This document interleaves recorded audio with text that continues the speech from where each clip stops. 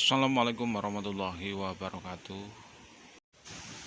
Ini hadir dari Kiai Haji Imaduddin mengingatkan Polres dari Tangerang Kota keterkaitan penangguhan kasus dari Bahar. Jika kita melihat penyampaian dari Kiai Haji Imaduddin cukup jelas dan tegas bahwa Bahar seorang residivis. Bagaimana bisa seorang residivis dan kemungkinan ini adalah kasus berat, kriminal murni, ketika dipenangguhkan, ini bagaimana? Jadi seperti itu.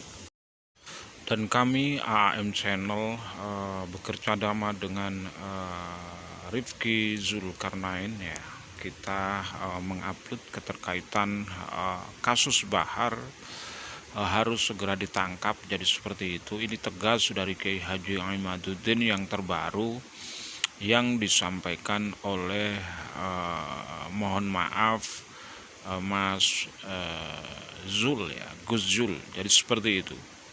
Keterkaitan kasus Bahar ini harus segera dicabut penangguhan Bahar, atau bisa di track dari kasus Bahar, karena seorang residivis tidak mungkin ini bisa ada semacam restorasi justice, jadi seperti itu, atau penangguhan dari kasus Bahar, karena jelas bahwa Bahar ini melakukan kriminal murni.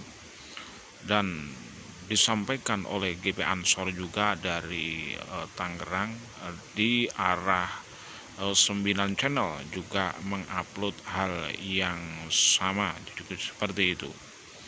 Apa sih yang terjadi dari kepolisian Tangerang hari ini itu loh, kok bisa melakukan restorasi justice untuk para pelaku yang sudah jelas-jelas residivis berkali-kali melakukan kasus. Kita simak penyampaian dari Kiai Haji Imaduddin di Rifki Zulkarnain, agar supaya kita bisa jelas dan terang menyimak kasus residivis Bahar yang begitu sadis dan tidak berkemanusiaan.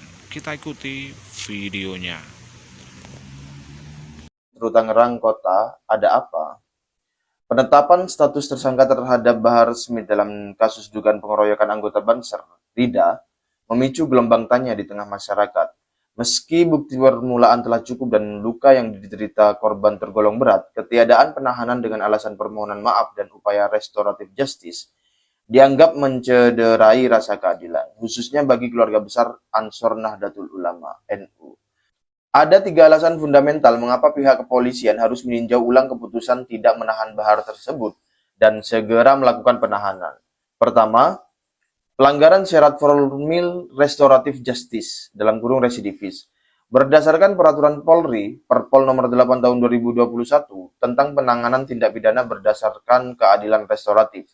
Salah satu syarat utama RJ adalah pelaku bukan merupakan residivis (orang yang mengulangi tindak pidana). Bahar Smith tercatat telah berulang kali masuk penjara, bahkan dengan jenis kasus yang serupa (penganiayaan). Secara hukum, status residivis seharusnya menggugurkan kelayakan seseorang untuk mendapatkan fasilitas RJ. Hukum tidak boleh memberikan pintu keluar yang sama bagi pelaku pemula dan pelaku yang berulang kali melanggar hukum. Kedua, memenuhi syarat objektif penahanan (pasal 170 KUHP). Pengeroyokan yang dimulai di muka umum dan berlanjut hingga ke ruang tertutup jelas memenuhi unsur pasal 170 KUHP (dengan ancaman di atas 5 tahun) dan berpotensi lapis dengan pasal 333 (penyekapan) atau pasal 351 ayat 2 (penganiayaan luka berat). Syarat objektif. Ancaman hukuman di atas 5 tahun mewajibkan atau setidaknya sangat kuat mendasari penahanan. Syarat subjektif, mengingat rekam jejak tersangka, kekhawatiran akan pengulangan tindak pidana sangat nyata. Penahanan diperlukan untuk menjamin tersangka tidak melakukan intimidasi lebih lanjut terhadap korban atau saksi. Ketiga, menghindari disparitas hukum dan keresahan sosial. Hukum harus tajam ke semua arah. Ketika pengeroyokan menyebabkan luka berat, negara hadir untuk menghukum perbuatannya, bukan sekedar memfasilitasi maaf. Jika RJ dipaksakan pada kasus kekerasan berat yang melibatkan residivis, publik akan melihat ini sebagai impunitas, dalam kurung kekebalan hukum. Kasus ini bukan sekedar urusan personal antara pelaku dan korban, melainkan menyangkut ketertiban umum. Membiarkan tersangka pengeroyokan luka berat tetap bebas tanpa penahanan berisiko memicu gesekan antar kelompok di akar rumput yang merasa keadilan tidak ditegakkan secara proporsional. Secara hukum dan struktural, Kapolres bertanggung jawab penuh atas segala proses penyidikan yang terjadi di wilayah hukumnya.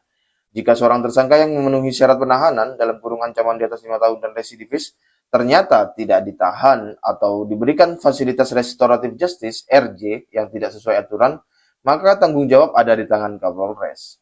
Meskipun pemeriksaan dilakukan oleh penyidik di Satuan Reserse Kriminal dalam kurung Satreskrim, setiap keputusan strategis, terutama kasus yang menjadi perhatian publik atau melibatkan tokoh, biasanya dilaporkan kepada Kapolres melalui mekanisme gelar perkara. Keputusan untuk menahan atau tidak menahan tersangka adalah diskresi dalam kurung pilihan yang di bawah pengawasan Kapolres. Hampir semua dokumen administratif penting dalam penyidikan memerlukan tanda tangan atau persetujuan pimpinan. Sprindik dalam kurung surat perintah penyidikan, dasar dimulainya kasus. SPH, surat perintah penahanan. Jika tidak ada penahanan, Kapolres atau Kasat Reskrim harus memberikan alasan kuat mengapa diskresi itu diambil. Proses restoratif justice harus melalui gelar perkara yang biasanya dipimpin atau setidaknya diketahui oleh Kapolres untuk memastikan syarat-syarat dalam Perpol nomor 8 tahun 2021 terpenuhi. Jika Kapolres membiarkan proses RJ bagi seorang residivis yang jelas-jelas dilarang oleh Perpol nomor 8 2021 pasal 5, maka Kapolres bisa dianggap melakukan pembiaran atau salah prosedur. Kapolres tidak bisa berlepas tangan dengan alasan itu urusan penyidik. Di mata hukum, keberhasilan atau kegagalan penegakan hukum di sebuah kabupaten atau kota adalah cermin kinerja Kapolresnya. Kepolisian RI harus berdiri tegak di atas aturan yang mereka buat sendiri. Maaf adalah urusan moral, namun pertanggungjawaban pidana adalah urusan negara. Kami mendesak pihak kepolisian untuk pertama, segera melakukan penahanan demi kepastian hukum dan mencegah pengulangan pidana. Kedua, menolak upaya restoratif justice, mengingat status tersangka sebagai residivis dan beratnya luka korban. Keadilan tidak boleh dikompromikan hanya dengan selembar surat kesepakatan jika hukum itu sendiri telah dilecehkan berkali-kali. Memaafkan adalah hak korban, namun menghukum pelaku adalah kewajiban negara. Ketika pengulangan kejahatan, residivisme dipandang sebelah mata, saat itulah negara memberi izin bagi kekerasan baru untuk lahir. Jangan biarkan restoratif justice menjadi topeng bagi impunitas. Tegakkan hukum seadil-adilnya, atau bersiaplah melihat kepercayaan masyarakat runtuh sepenuhnya. Integritas Polri dipertaruhkan pada keberaniannya menahan mereka yang merasa di atas hukum. Keadilan yang tertunda adalah ketidakadilan yang nyata. Justice delay is justice denied. Kalau terjemahan saya adalah keadilan yang tertunda adalah keadilan yang tersingkirkan. Justice denied, tersingkirkan. Atau keadilan yang dibuang. Atau keadilan yang dienyahkan, denied. Jangan sampai desakan publik lebih kuat daripada nurani penegak hukum. Tahan pelakunya, tegakkan pasalnya, dan kembalikan marwah hukum ke tempat yang semestinya. Hukum harus menjadi panglima, bukan pelayan bagi mereka yang terbiasa melanggarnya. Jika keadilan hari ini bisa dikompromikan, jangan salahkan jika esok hari rakyat mencari keadilannya sendiri. Jika restoratif justice dipaksakan bagi pelaku yang berulang kali menumpahkan darah sesama, maka hukum bukan lagi menjadi panglima, melainkan hanya menjadi sekedar pelayan kepentingan. Keadilan yang tertunda adalah ketidakadilan yang nyata. Justice delay is justice denied. Keadilan yang tertunda adalah keadilan yang tersingkirkan atau terenyahkan. Kami mendesak Polres Metro Tangerang Kota untuk tegak lurus pada aturan. Tolak RJ bagi residivis, tahan pelaku, dan kembalikan marwah hukum ke tempat yang semestinya. Penulis Haji Madruddin Usman Al-Bantani. Saya akan lanjutkan ke video berikutnya karena ini sudah azan maghrib. Baik, saya lanjutkan. Ini sosok Kapolres Metro Tangerang yang tangguhkan penahanan Bahar Smith setelah aniaya Banser. Merupakan artikel di RMI NU Banten tanggal 13 Februari 2026, itu sekitar 2 minggu yang lalu ya. Nama Kapolresnya adalah Raden Muhammad Jauhari. Resmi mengemban jabatan Kapolres Tangerang sejak Juli 2025, menggantikan Kombes Pol Zendwi Nugroho. Berarti ketika terjadi penganiayaan oleh Bahar Smith terhadap Banserida pada 21 September 2025, ia telah menjabat sebagai Kapolres. Sayangnya, kasus itu mengendap baru setelah 5 bulan ditangani. Sebelum menjabat Kapolres Metro Tangerang, Raden Muhammad Jauhari menjabat Dirbinmas Polda Banten.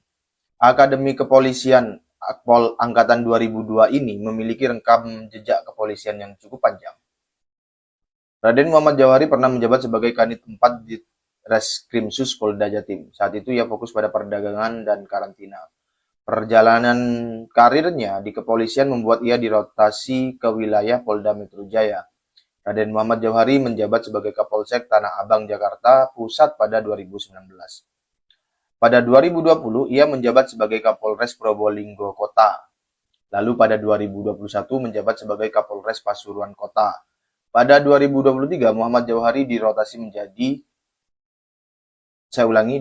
menjabat Dirbinmas Polda Banten.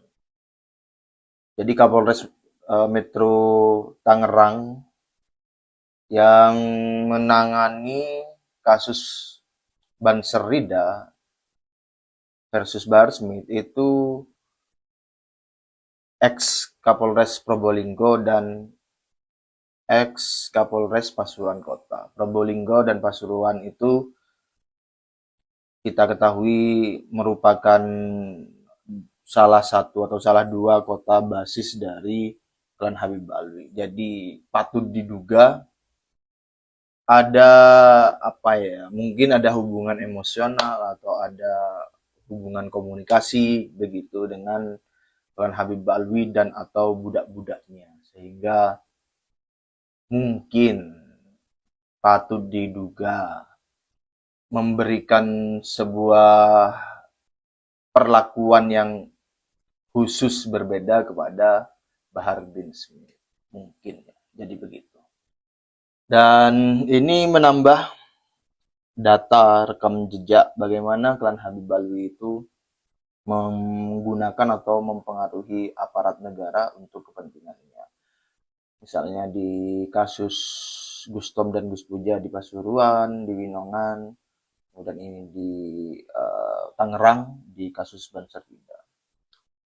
Tentu itu yang saya sebutkan hanya 2 kasus, di kasus-kasus yang lain juga dapat patut diduga juga begitu. Terima kasih. Assalamualaikum warahmatullahi wabarakatuh. Di beberapa tempat itu sangat mengharapkan kasus ini dapat selesai secara mekanisme hukum. Artinya di balik sahabat-sahabat Rida ada ribuan bahkan jutaan anggota Banser dan Ansor yang mendoakan panjenengan sahabat bahwa apabila ini berhenti maka mereka pun merasa tersakiti. Iya. Apalagi pelaku ini kita yang di Banser itu tahu rekam jejaknya seperti apa. Dia pernah beberapa tahun yang lalu mengancam sahabat Banser itu mau diapakan kalau ketemu. Dan ternyata sahabat Rida yang terbukti dia lakukan seperti apa kan terhadap sahabat Rida. Jadi ya sangat disayangkan lah kalau kasus yang seperti ini sahabat Rida berpikir terlalu sempit atau gimana, ya kan? Bukan berarti saya tidak mendukung ya, semua tergantung sahabat Rida. Tapi harus diingat, ada banyak jutaan kader yang di belakang sahabat Rida yang memperhatikan kasus ini, tapi mereka tidak mau menunjukkannya ke sahabat Rida karena juga kita semua kader Banser ini paham. Ketika kasus ini sudah dibawa ke ranah hukum, biarlah petugas penegak hukum yang ada di Indonesia ini yang meneruskan kasus ini sampai selesai. Jadi sebenarnya bukan berarti sahabat-sahabat Banser lain itu diam, tapi kita menahan diri, tidak mau intervensi supaya kasus ini jelas berada pada konteks hukum sebenarnya dan wilayah organisasi wilayah organisasi hukum dan wilayah organisasi, karena beliau kalau umpamanya berbicara atas nama LBH beliau kan di pimpinan pusat. Iya, dan harus izin sama ketua saya. Gitu. Dalam hari ini ya sebagai ini begini sahabat Rida dan semua yang menyaksikan, karena keterpanggilan hati beliau ini sehingga walaupun di warung kopi kita sempat mengobrolin hal ini, kurang lebih ke situ ya. Benar. Dan sebagaimana yang dikatakan tadi, saya ulangi lagi, ada jutaan kader di belakang panjenengan sahabat Rida yang akan kecewa apabila ini tidak sampai selesai sesuai dengan mekanisme hukum yang berlaku. Benar. Terima kasih Bang Hamzah, beliau namanya Hamzah sampai lupa saya memperkenalkan ya. Gelarnya mah bertumpuk, ada SH, ada MH. Iya, sarjana halal apa sarjana haram nih?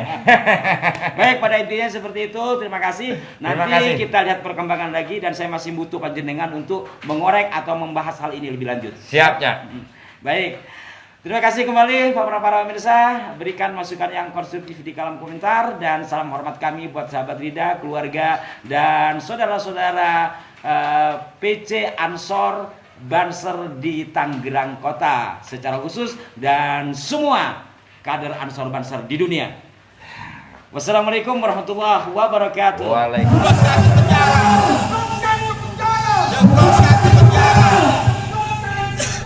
Itulah tadi penyampaian dari Kiai Haji Imaduddin Usman, cukup jelas dan tegas bahwa tangkap segera Bahar. Ada apa sih sebetulnya dari kepolisian Tangerang kok melepas Bahar jadi seperti itu? Karena Bahar seorang residivis, jelas bahwa apa yang dikhawatirkan oleh Kiai Haji Imaduddin sama apa yang kita khawatirkan. Tapi yang jelas karena kepolisian